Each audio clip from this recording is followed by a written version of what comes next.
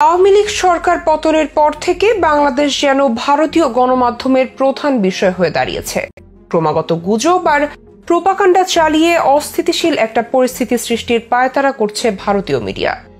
আর এক্ষেত্রে সবার থেকে এগিয়ে আছে রিপাবলিক বাংলা টিভি। তবে সাম্প্রতিক সময়ে তারা যা শুরু করেছে তাতে বাংলাদেশ সরকারের আর চুপ করে বসে থাকা উচিত নয়। রিপাবলিক বাংলা বাংলাদেশে পার্বত্য চট্টগ্রামে ভারতের হস্তক্ষেপ চাইছে, সেই সাথে দেখিয়ে দিচ্ছে কিভাবে ভারত চট্টগ্রাম দখল করতে পারে। তবে কি সিকিমের মতো চট্টগ্রাম দখলের পরিকল্পনা হাতে নিচ্ছে ভারত?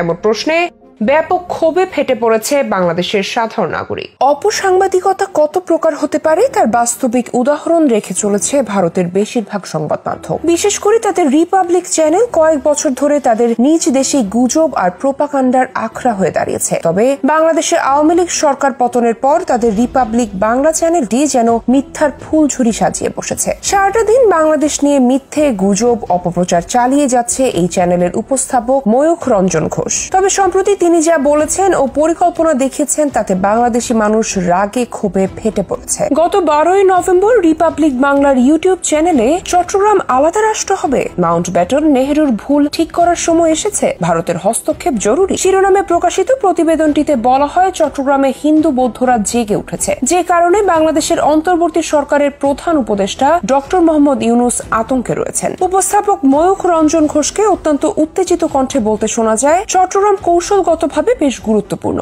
আসাম, মেঘালয়, ত্রিপুরা, মিজোরাম সহ উত্তর পূর্ব ভারত লাগোয়া যে অঞ্চল রয়েছে তা হল চট্টগ্রাম। উত্তর পূর্ব ভারতের এই মুহূর্তে কোনো সমুদ্র পথ নেই। আসাম বা ত্রিপুরায় ভারতীয় পণ্য পরিবহনে অনেক অর্থ ব্যয় হয়, অনেকটা পথ ঘুরে যেতে হয় এসব পণ্যকে। তাই চট্টগ্রাম যদি ভারতের হয়ে যায় তবে এই পথ অনেকটা কমে যাবে। তিনি বলেন, তাছাড়া চট্টগ্রাম কক্সবাজার যদি ভারতের হয়ে যায় তাহলে বঙ্গোপসাগরে ভারতের যে আধিপত্য সে আধিপত্য বাড়বে, আমেরিকার ধারের কাছে এগোতে পারবে না। সেন্ট মার্টিন নেই, সেন্ট হেনরি নেই। চট্টগ্রামটা যদি স্বাধীন রাষ্ট্র হয়ে যায় বা ভারতের হয়ে যায় তাহলে শুধু বাংলাদেশের জন্য নয়, গোটা পৃথিবীর যারা বঙ্গোপসাগর দখল করতে চায় তাদের চিন্তার কারণ হয়ে যাবে। ময়ূখ রঞ্জন দাবি করেন 1947 সালের দিকে চট্টগ্রাম হিন্দু অধ্যুষিত অঞ্চল ছিল, তাদেরকে তাড়িয়ে দিয়ে চট্টগ্রামকে মুসলিম প্রধান অঞ্চলে পরিণত করার চেষ্টা চলেছে, কারণ এই চট্টগ্রাম থেকে হিন্দুরা বিদ্রোহ শুরু করতে পারে। রিপাবলিক টিভির এই অনুষ্ঠানের ক্লিপ ভাইরাল হওয়ার পর তীব্র প্রতিক্রিয়া জানিয়েছে বাংলাদেশের মানুষেরা। অন্তর্বর্তীকালীন সরকারের প্রেস উইং কিংবা পররাষ্ট্র মন্ত্রণালয় এসবের প্রতিবাদ করছে না কেন সে বিষয়ে অভিযোগ দিচ্ছেন অনেকে।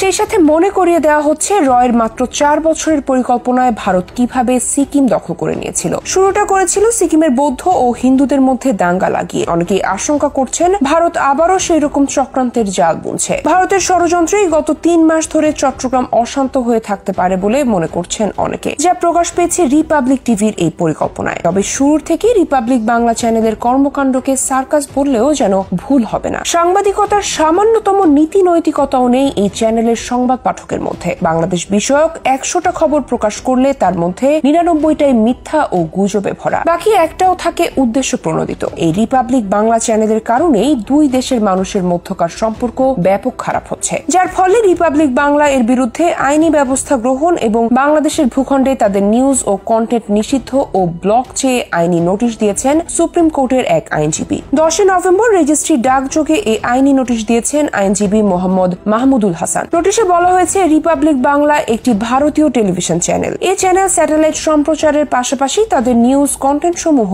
ইউটিউব, ফেসবুক সহ বিভিন্ন সামাজিক যোগাযোগ মাধ্যমে প্রচার করে থাকে। কিন্তু অত্যন্ত দুঃখের বিষয় এই যে এই ভারতীয় টেলিভিশন চ্যানেল নিয়মিতভাবে বাংলাদেশের বিরুদ্ধে প্রোপাগান্ডা প্রচার করে যাচ্ছে। এই ভারতীয় টেলিভিশন চ্যানেল ক্রমাগতভাবে বাংলাদেশের বিরুদ্ধে মিথ্যা তথ্য সম্প্রচার করছে এবং বাংলাদেশের আইন শৃঙ্খলা অস্থিতিশীল করার ষড়যন্ত্রে লিপ্ত হচ্ছে। এছাড়া এই ভারতীয় টিভি চ্যানেল রিপাবলিক বাংলা নিরন্তরভাবে বাংলাদেশের বিরুদ্ধে গুজব ছড়িয়ে বাংলাদেশে হিন্দু মুসলিম সাম্প্রদায়িক দাঙ্গা সৃষ্টি করার চেষ্টা চালিয়ে যাচ্ছে। নোটিশে আরো বলা হয়েছে উক্ত ভারতীয় টেলিভিশন চ্যানেল রিপাবলিক বাংলার সম্পূর্ণ অসৎ উদ্দেশ্যে বাংলাদেশের বিরুদ্ধে মিথ্যা প্রচারণা চালিয়ে বাংলাদেশের বিরুদ্ধে মিডিয়া আগ্রাসন চালাচ্ছে। এই ভারতীয় টেলিভিশন চ্যানেলটি বাংলাদেশের জাতীয় নিরাপত্তার জন্য হুমকি। এছাড়া উক্ত ভারতীয় টেলিভিশন চ্যানেলটি বাংলাদেশের জননিরাপত্তার জন্য হুমকি হিসেবে দেখা দিয়েছে।